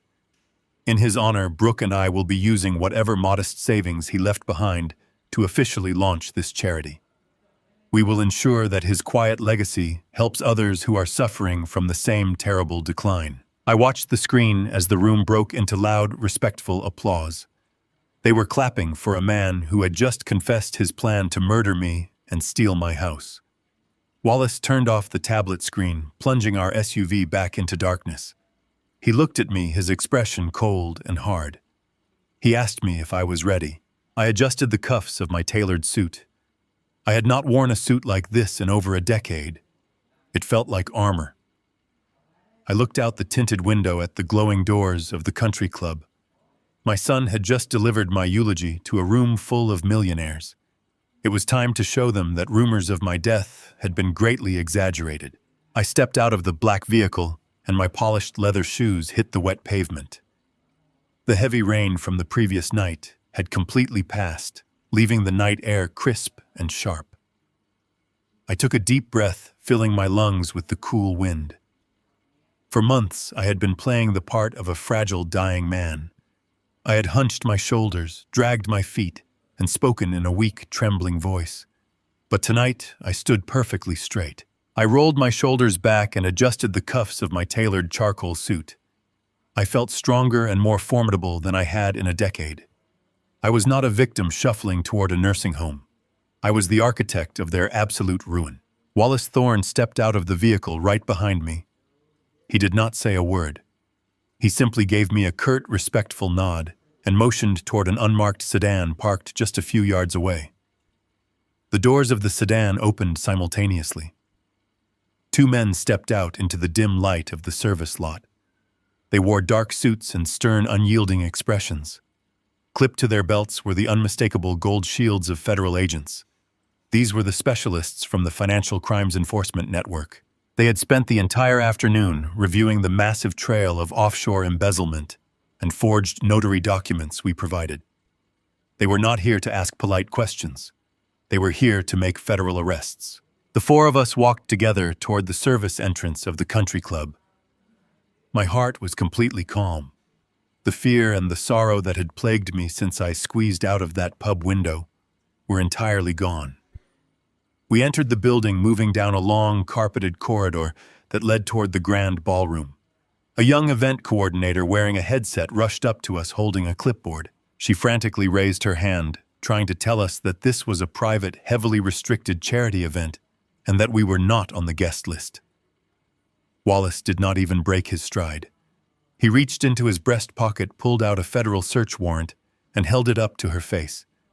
The young woman went completely pale, dropped her hand, and flattened herself against the wall to let us pass. We approached the massive double oak doors of the grand ballroom. Through the thick wood, I could hear the string orchestra playing a slow, mournful classical piece. It was the perfect soundtrack for my fake impending death. I stood before the doors and closed my eyes for a fraction of a second. I pictured my son standing in that rainy parking lot, handing his wife a vial of poison. I pictured the cold, dead look in his eyes when he signed my life away in that hospital room.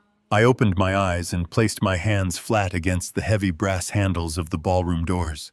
I pushed them open with all the strength I possessed. Oh, the heavy oak doors swung inward with a loud echoing boom that cracked like thunder over the soft music.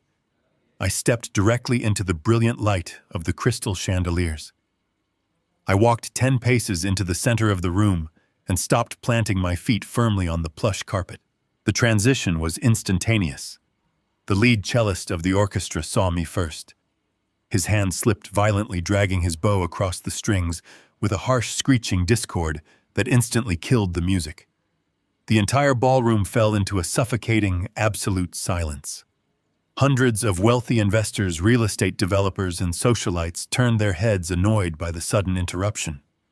But their annoyance evaporated the second they recognized the man standing in the doorway. These people had just been told that I was lying in a hospital bed, completely brain dead, and waiting to have my life support removed tomorrow morning. They had just wiped away tears listening to the tragic story of my catastrophic organ failure. Yet here I was, standing before them in a pristine, tailored suit, looking vibrant, healthy, and absolutely furious.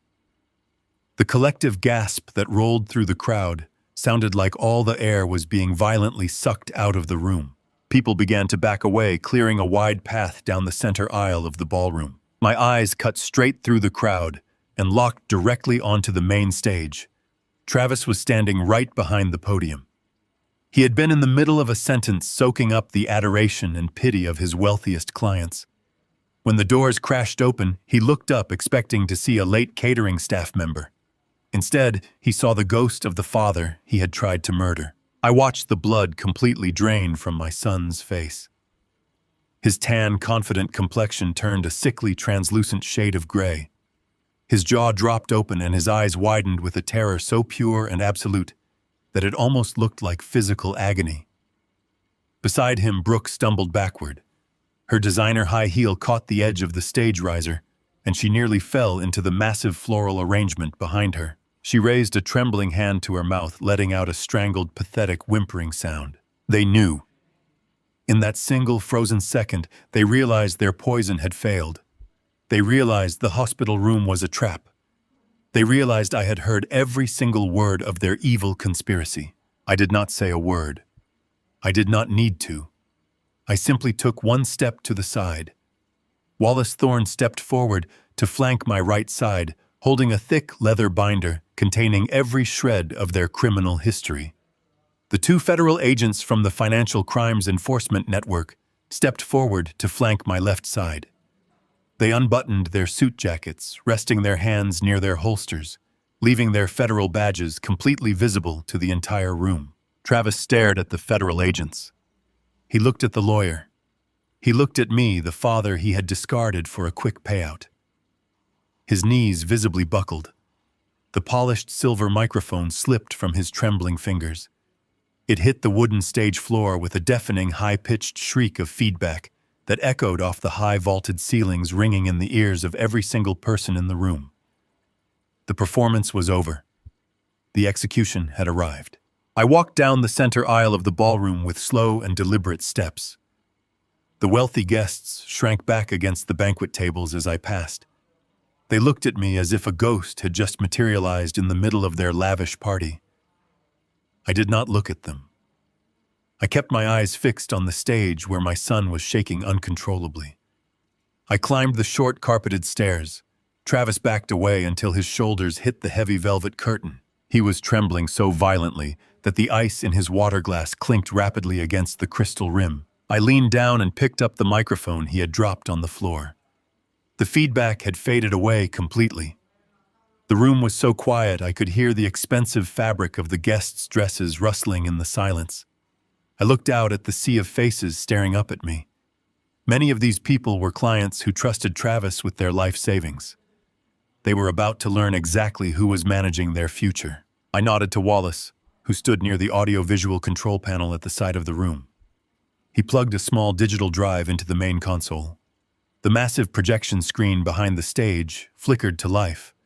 A stark white document appeared towering over us all. It was the official toxicology report from the independent private lab. I spoke into the microphone, and my voice was completely steady. I told the room that my daughter-in-law had been giving me custom organic supplements for the past 3 months. I told them she claimed they would grant me a long and healthy life. Then I read the highlighted text on the screen aloud. The capsules were laced with heavy metals and thallium. They were perfectly calibrated to destroy my kidneys and induce rapid cognitive decline. A collective gasp echoed through the ballroom. People turned to stare at Brooke. She was pressing her back against a massive floral arrangement, shaking her head in silent panic. The elegant facade she had maintained all evening was melting away to reveal the terrified criminal underneath. But I was not finished. The image on the screen changed. It was the hidden camera footage from my own living room. The guests watched in absolute horror as the video showed me collapsing onto the hardwood floor, holding my chest.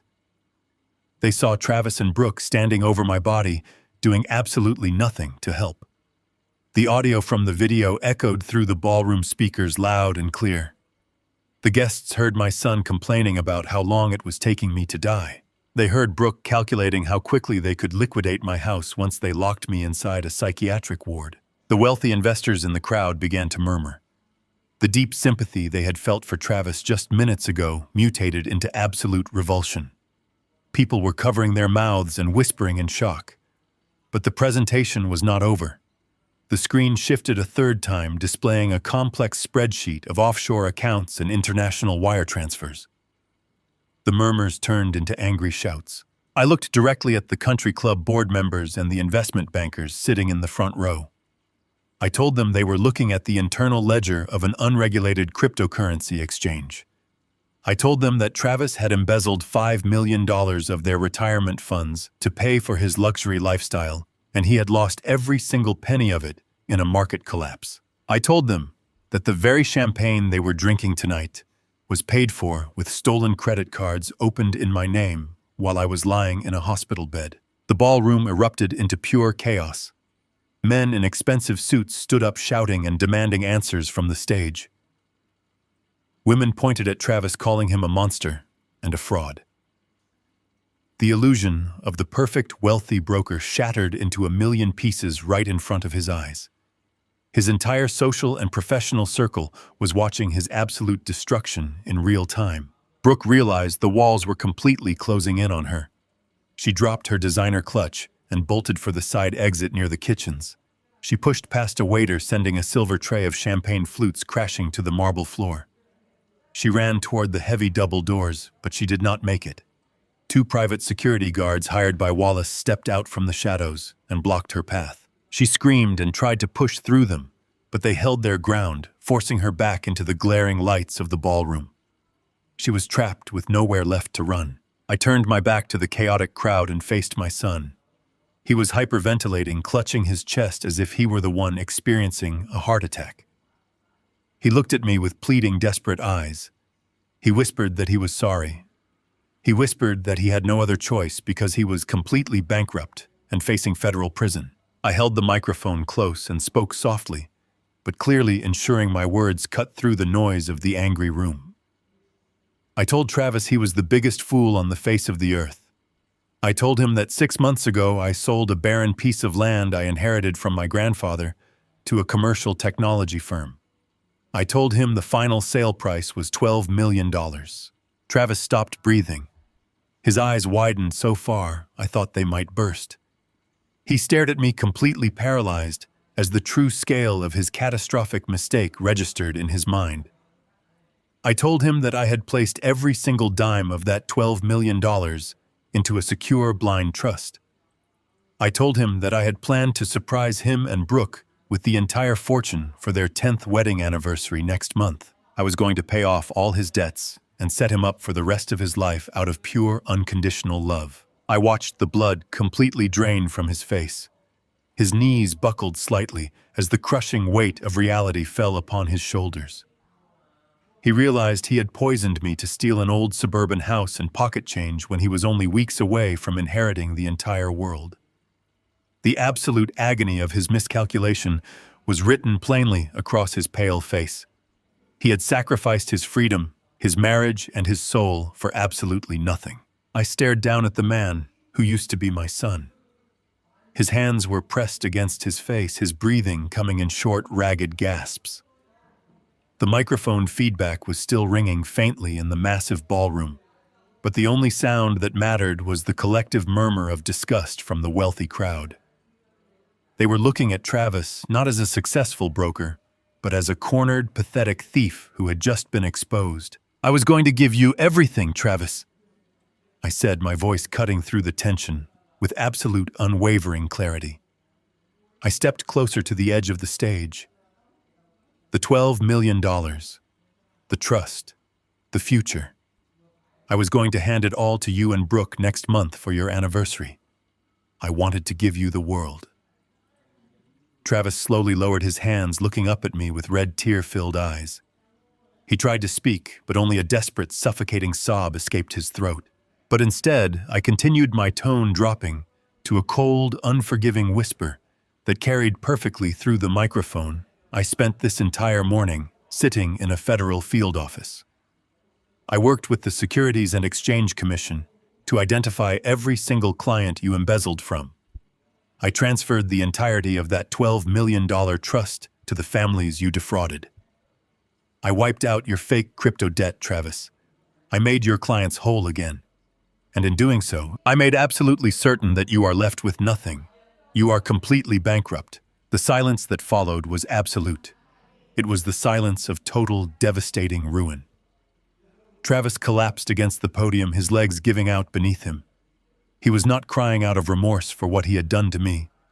He was crying because he realized the astronomical scale of what he had thrown away. He had poisoned his own father to steal pocket change, sacrificing a guaranteed multi-million-dollar inheritance in the process. Brooke, realizing that the money was gone and her elite status was completely obliterated, let out a piercing, hysterical scream. She turned and tried to sprint toward the kitchen service doors, her designer heels slipping on the polished floor. But the private security guards were already there. They grabbed her arms, pinning her against the wall. She thrashed and kicked, screaming obscenities, screaming that she had nothing to do with it, that it was all Travis's idea. Her glamorous facade shattered completely, revealing the ugly, desperate truth of who she really was. The two federal agents from the Financial Crimes Enforcement Network stepped forward. The lead agent pulled out a pair of heavy steel handcuffs, the metallic clinking sound echoing in the silent ballroom. He grabbed Travis by the shoulder, spinning him around and slamming him against the stage wall. "Travis Barton," the agent said, his voice deep and authoritative. "You are under federal arrest for wire fraud, embezzlement, forgery, and conspiracy to commit murder." Travis did not resist. He let the agents pull his arms behind his back. He was a hollow shell of a man, his spirit completely crushed by the realization of his own catastrophic greed. The second agent walked over to Brooke, slapping the cuffs onto her wrists, despite her frantic struggling. He read her the same charges, emphasizing the federal forgery statutes for using a stolen notary seal across state lines. The crowd of millionaires and socialites watched in stunned silence as the two people who had hosted this lavish gala were paraded in handcuffs. The string orchestra was packing away their instruments. The caterers had stopped pouring champagne. The entire event, funded by credit cards opened in my name, had become a public execution. As the agents began to lead them away, Travis dug his heels into the carpet. He dropped to his knees, ignoring the agents pulling at his arms. He looked up at me, his face a mask of absolute, pathetic desperation. "Dad," he pleaded, his voice breaking into a wretched, high-pitched sob.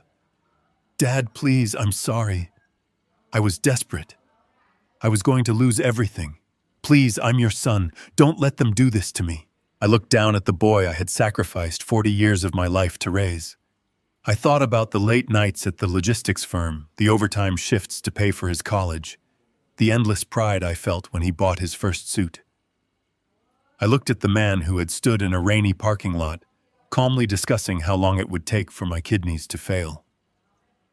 I looked at the man who had signed my life away in a hospital bed without shedding a single tear. My heart did not break.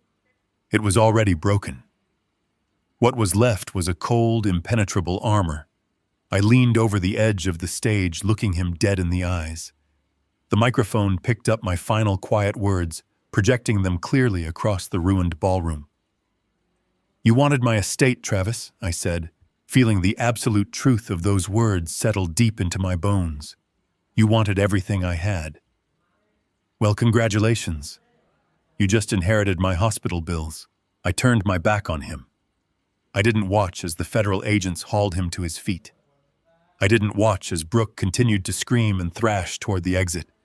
I didn't look at the shocked, murmuring crowd of wealthy investors. I simply handed the microphone to Wallace Thorne, adjusted the cuffs of my tailored suit, and walked slowly toward the main doors.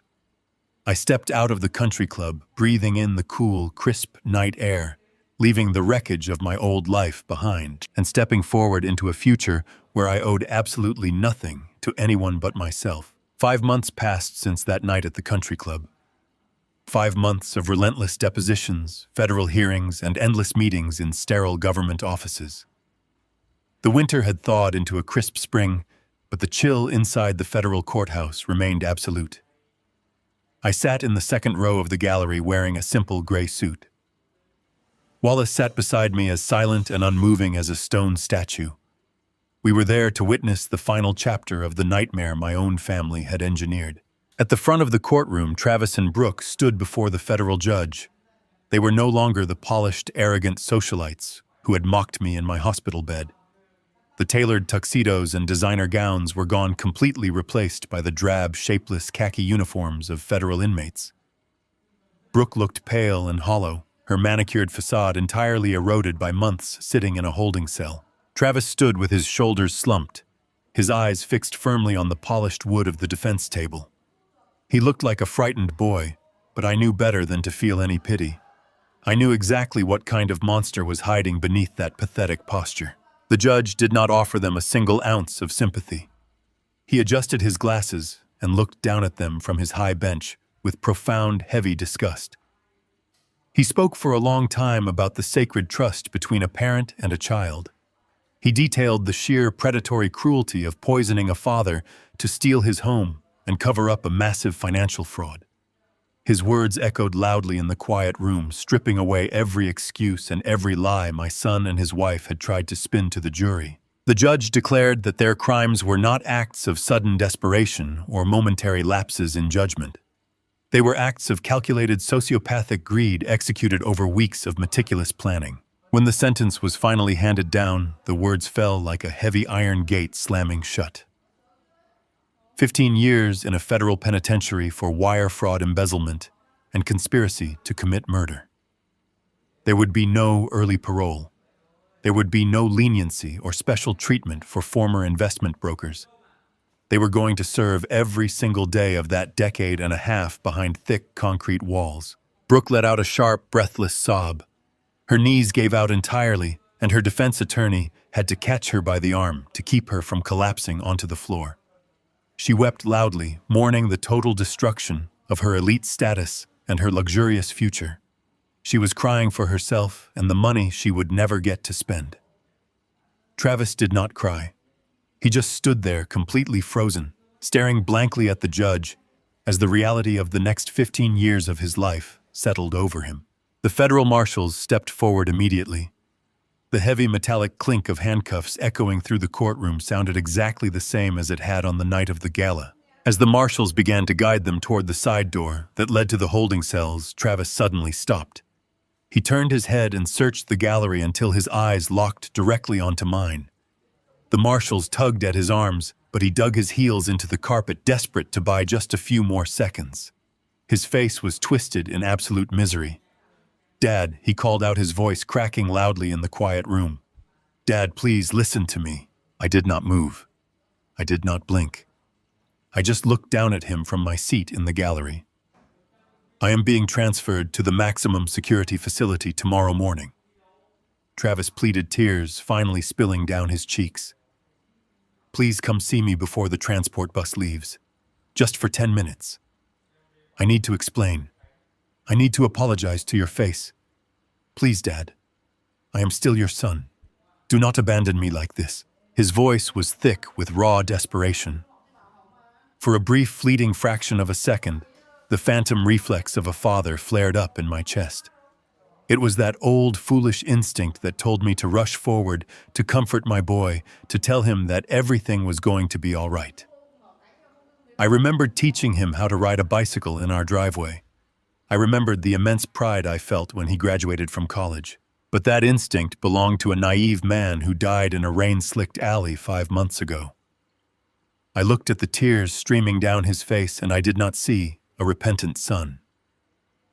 I saw the man who had handed his wife an empty glass vial in a parking lot. I saw the man who had laughed about my cognitive decline while I lay paralyzed in a hospital bed. I saw the predator who had signed away my medical autonomy so he could loot my bank accounts and flee the country. He did not want to apologize to heal my heart. He wanted to manipulate me one last time. He wanted absolution so he could sleep better in his concrete cell.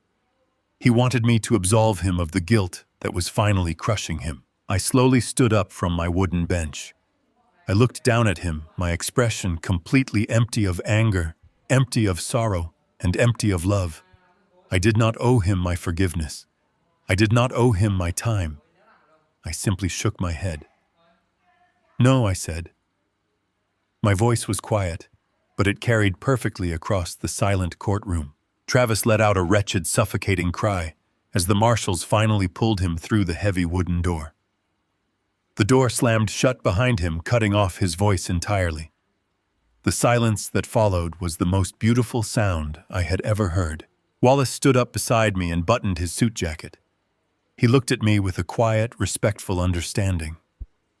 We turned around together and walked up the center aisle of the courtroom.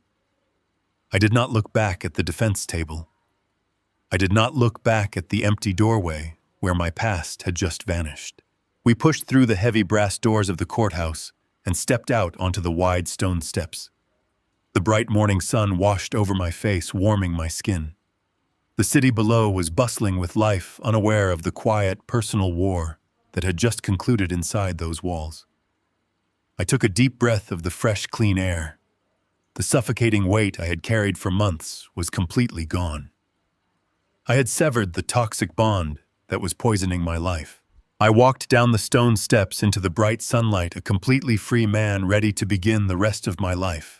2 weeks after the heavy iron doors of the federal penitentiary closed on my past, I decided it was time to honor the single act of decency that had saved my life. I sat in my quiet study looking out the window at the blooming spring trees. My own son had sold his soul for a quick payout, but a complete stranger had risked his own safety for nothing more than a clear conscience.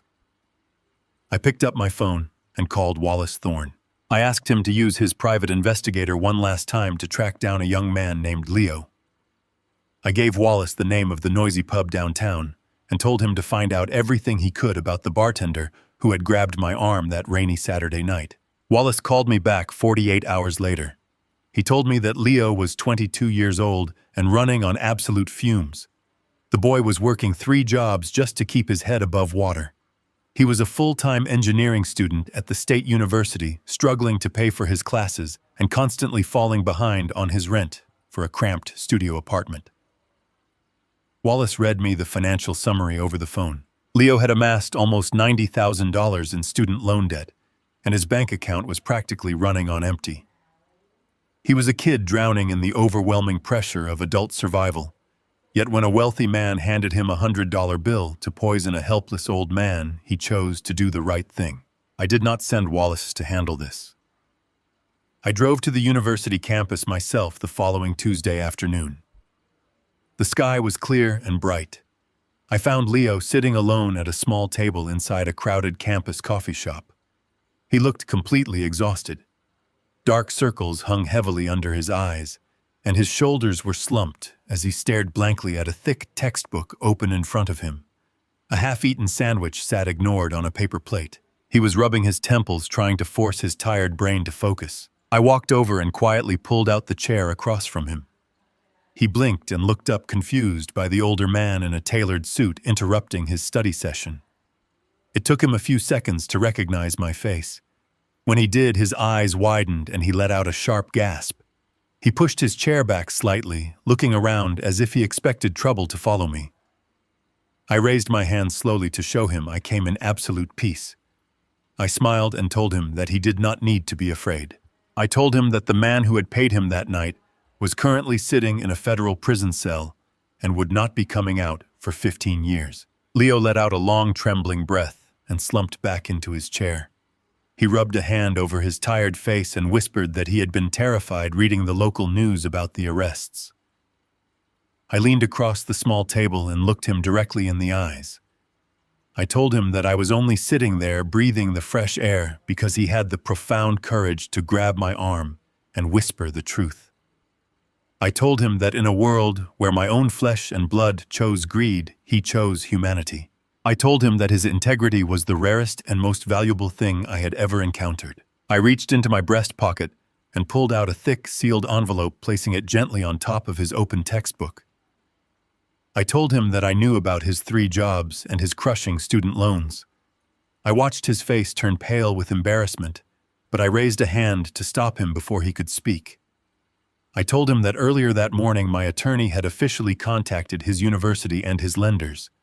Every single penny of his $90,000 student loan debt had been paid in full. There were no strings attached and no taxes for him to worry about. It was completely gone. Leo stared at the envelope with his mouth slightly open, completely paralyzed by shock. Tears began to well up in his exhausted eyes. He tried to tell me that he could not accept it, but I pushed the envelope closer to his hands. I told him there was also a legal document inside establishing a modest trust fund in his name. It was just enough to pay his rent and cover his groceries until he graduated, so he could finally quit pouring pints at the local pub and focus entirely on building his future. I stood up from the table, buttoning my suit jacket. I looked down at the weeping young man and told him that true wealth was never meant to reward the entitled or the greedy. True wealth was meant to uplift those who still had a soul.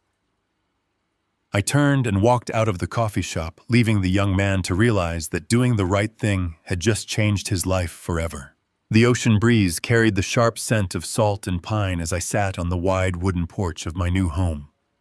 I watched the morning tide crash against the jagged rocks below, a relentless and beautiful force of nature. This house, perched high on the rugged coastline, was miles away from the quiet suburban street where I had spent 4 decades of my life. I had sold that old house shortly after the federal sentencing. It was no longer a home. It was just a monument to a life I had left behind. Out here, with the vast expanse of the dark blue water stretching out to the horizon, I finally found the absolute silence and peace I had been searching for. I took a slow sip of my black coffee and let the warmth settle into my chest. I had not retired to this coastal sanctuary to just sit in a rocking chair and wait for the years to pass.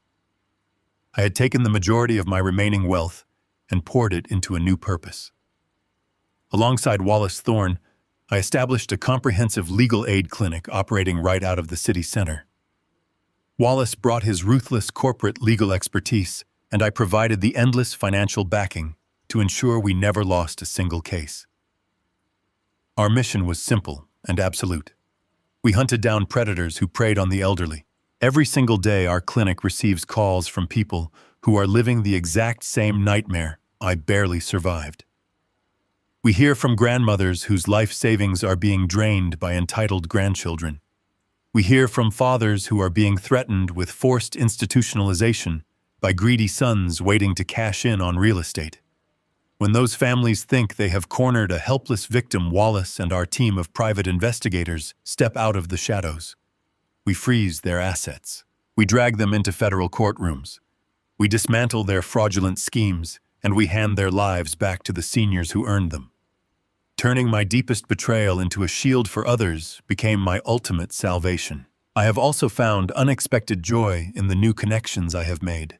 Leo, the young bartender who risked everything to warn me, visits the coast every few months. He is thriving in his engineering program, completely unburdened by the crushing debt he once carried. We sit on this very porch, eating grilled fish and talking about his future. He treats me with more genuine care and respect than my own son ever did. Through Leo, I realized that you can build a new family from the ground up, choosing the people who actually deserve a seat at your table. Sometimes, as I watch the seagulls dive toward the crashing waves, I think about Travis. I do not think about him with a broken heart, and I do not think about him with anger. I think about him the way a man thinks about a diseased limb that had to be amputated to save his life. The surgery was agonizing, and the recovery was the hardest thing I have ever endured. But once the infection was cut away, the body healed and the fever finally broke. Travis chose his path in a dark, rainy alleyway, and now he is serving his time in a federal cell. He lost his freedom, his marriage, and his father, all for a payout he never lived to see. I do not miss him. I miss the illusion of the son I thought I had raised, but I will never again mourn the monster who tried to bury me. I set my coffee mug down on the wooden railing and stood up, leaning against the sturdy posts. The sun was fully rising now, casting a brilliant golden light across the endless ocean. If there is one thing this brutal journey has taught me, it is a truth that I hope resonates with every single person listening to my story. We are conditioned to believe that family is an unbreakable bond forged by genetics. We are told to forgive the unforgivable simply because we share the same last name. We are taught to endure disrespect and manipulation in the name of unconditional love. But blood does not make a family. Blood only makes you related. True family is built on respect. It is built on unwavering loyalty. It is built on the people who stand by you in the darkest moments, not the ones who push you into the shadows. I walked away from my own flesh and blood to save my life, and in doing so, I found a wealth far greater than the millions in my bank account. I found my freedom, my purpose, and my peace. Never be afraid to burn a bridge if it leads to a toxic destination. Walk away, protect your peace, and never look back. The greatest lesson we can take away from this journey is that unconditional love should never mean unconditional tolerance for abuse. We are often taught that blood ties are sacred and that we must endure any betrayal in the name of family. But true family is built on a foundation of mutual respect, honesty, and loyalty, not just genetics. When those closest to you view your kindness as a weakness to be exploited, walking away is not an act of cruelty. It is an act of profound self-preservation. Your peace and your dignity are worth far more than maintaining a toxic illusion. If this story gave you the courage to protect your own peace, please share your thoughts in the comments below and subscribe for more stories of survival and justice.